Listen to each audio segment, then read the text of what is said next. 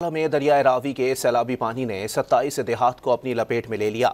घरों में 8-8 फुट पानी खड़ा है। मजीद जानते हैं निकासू पुल पर मौजूद डॉट न्यूज़ के नुमाइंदे सज्जाद अकबर शाह से। सज्जाद, बताइएगा इस वक्त कबीरवाला में क्या मनासिर हैं?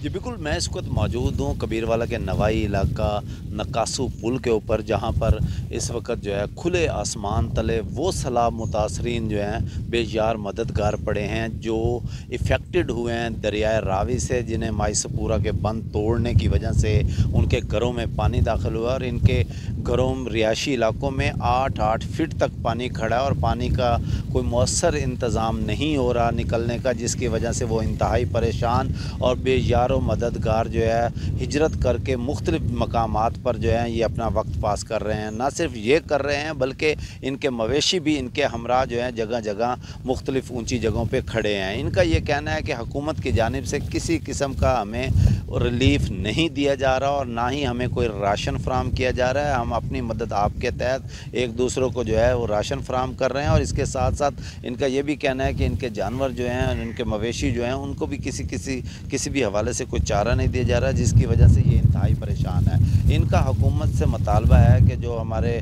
वादा कर रही है जो गवर्नमेंट वो पूरा करे और उसके साथ साथ जो है हमें जो है महफूज मकामात के लिए हमें टेंट और राशन फराहम किया जाए। जी बहुत शुक्रिया सज्जाद।